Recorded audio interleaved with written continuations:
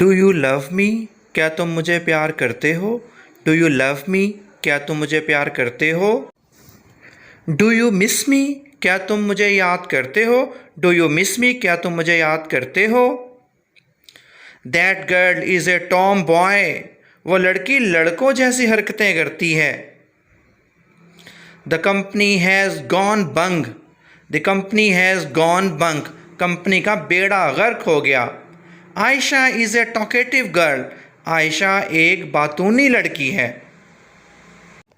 Sumera is a battle axe. Sumera बड़ी खतरनाक औरत है। Pain is wearing of.